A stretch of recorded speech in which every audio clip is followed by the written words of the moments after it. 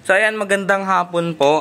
Thank you po dito sa nag-comment kay sir na tungkol po dito sa sprocket ng MSX 200 natin na Enduro.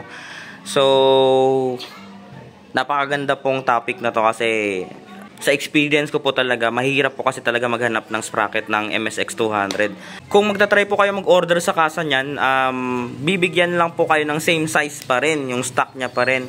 At saka yan po, pasensya na sa sa surroundings natin kasi medyo maingay po. So, tatry ko na lang explain ng mabilis at saka maayos po itong sprocket natin sa MSX 200 natin. So, ayan, makikita nyo po, itong sprocket natin, conversion na po ito. Bali, itong sprocket po kasi is pang XR200. May kasama nga lang adapter. So, pagbili ko ng XR200 na to na sprocket na may kasama ng adapter, ito po kasi ay nakakabit sa NS200 ko. Nung time na nag 520 pa yung pitch ko. So, ngayon 428 pitch na siya. So, tinago ko na lang siya. So, ayan, thankful tayo kasi hindi nawala. From the time na naghahanap ako ng sprocket na kung anong pwedeng isalpak dito sa MSX 200 natin. So, ayan, buti na lang lumitaw tong tinago natin na sprocket. So sabi ko siguro kaya to sigurong maisalpak dito, conversion na lang, ganyan-ganyan. Kasi po ang sprocket ni MSX 200, yung stock niya po, pagka binaklas niyo po tong sprocket niya, kunwari stock po yan pagka kinuha niyo po yan, pagtingin niyo po sa likod niya, may mga nakadikit na po talaga siyang mga spacer doon. So napakahirap po talaga maghanap ng ganong klaseng sprocket. So medyo hirap yung makina. Base po sa akin sa experience ko. Ayan, nung nagkakarera po tayo ng motocross dati. Sabi ng mekaniko ko, kailangan natin mag-adjust sa sprocket. So, isang option is dito sa harap. Pero sabi niya, mas the best na dito sa likod na makapag-adjust tayo. So, pinakita ko itong sprocket sa kanya. Sabi niya, pwede to. Sabi niya, ganyan. Conversion lang. Diskartehan na lang daw paano isalpak to. So, ayan, kung makikita nyo sa likod, bali yan po yung ginawa naming spacer para syempre po naka-align po sa engine sprocket natin. Ayan. Tapos kung makikita nyo, naka-welding po siya. Ayan. Welding, tapos pati dito po sa likod naka-welding din po para sureball po. Makikita nyo, walang fitment siya dito sa bilog. Ayan, sa mismong hub niya. So, ang ginawa namin is sinukat na lang ng caliper dito na pag-eksaktuhin talaga yung gap ng apat na corner para equal po yung rotation ng ng sprocket natin. Kung wala pong chance na may part sa kadena natin na mahigpit or maluwag habang umaandar po siya. Kasi from the time po natatagal kakagamit nyo na ganun po yung sitwasyon niya. Baka po mamaya check kayo ng kadena nyo, ay okay pa, mahigpit pa, tapos mamaya umabante lang kayo ng konti, maluwag na naman, so may tendency pa mamaya na matanggalan kayo ng kadena, which is sobrang delikado. Ang diniskarte po namin dito, nga po sabi ko po, kinuha namin yung equal muna dito, tapos nagmarka kami. Nung successful na po yung yung pagbutas namin sa anim na yan, dito sa adapter pa lang, tinanggal na po namin siya, tapos nakatanggal po kunwari sa hub. Tapos dito namin nilagay. Tapos, ayun, winelding na po namin yung nag-spot na po kami dito. Siyempre, di ba sinalpak na namin yung yung sprocket. So, yung butas niya dito, medyo alanganin dito ng konti. Kailangan namin tumabas dito ng konti. Winelding namin muna siya para hindi po kami mahirapan magbutas. Di na po siya gumalaw-galaw. Nung successful na rin po yung anim na tabas namin, para pumasok po ng maayos yung bolt natin papuntang hub. Ganap naman po ulit kami ng sasaktong nut. Ayan. Makita nyo po may spacer po kaming ginawa dyan, pero nut lang po yan. Kasi sinukat po namin yung height ng stock na spacer sa stock na sprocket. So, ito pong nut yung pinakamalapit po na sukat. Ayan. So, bali, ayan po yung conversion na ginawa natin dito. MSX 200 natin, naka XR200 na sprocket.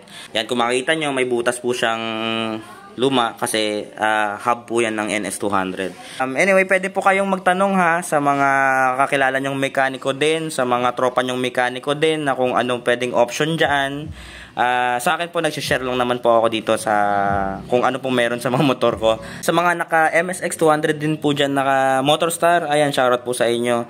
Sobrang solid po ng motor na to at saka sulit po. Once again, thank you po sa panonood. Mga vlog natin sa YouTube at dito po sa TikTok, ayan, sa Facebook din po. Please po, huwag nyo na lang po kalimutan mag-follow sa bagong Facebook page po natin na ginawa na Unico Moto Official. So ayan, bibilisan ko lang po kasi may music na po sa kabila, baka po maka-copyright tayo. Sana po na-explain ko ng maayos itong conversion natin na XR200 na sprocket po para dito sa MSX200 natin na Enduro. And thank you and God bless po sa inyong lahat.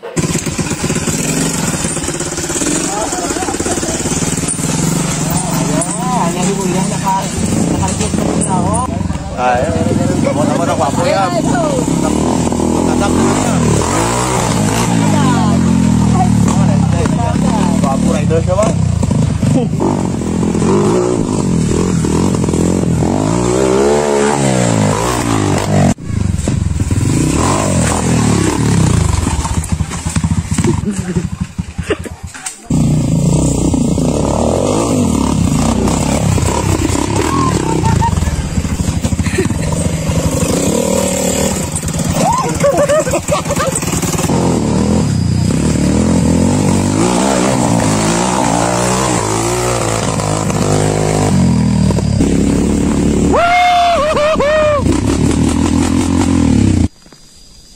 What's up guys? Sama si Unico Moto. Hey, what's up guys? Subscribe ang kanyang YouTube channel at TikTok. Yung mukha ko guys. Pinalamang kita po ay lang. Bakit ha? Bakit?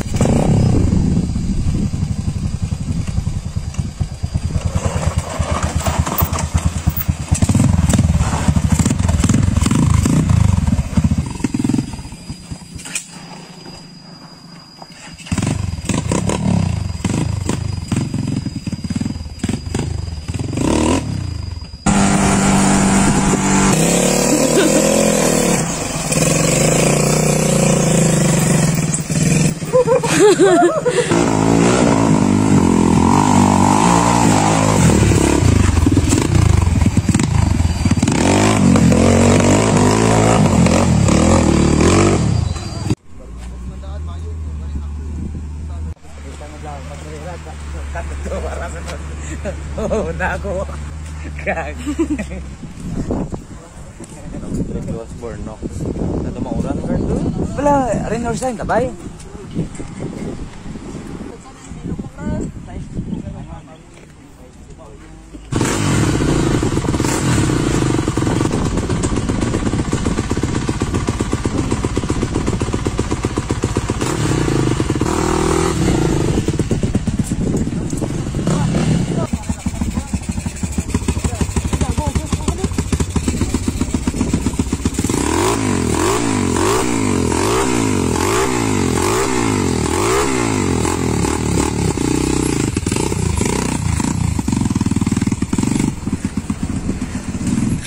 Abot kita.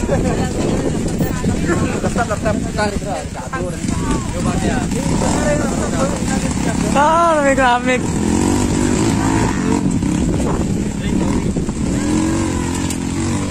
Ano mo natulo na. Seminary na. Ha? Seminary na. Ibubo ba eh? Ay, puta tulong lagi. Ed. Bigyan ko naman. Mato?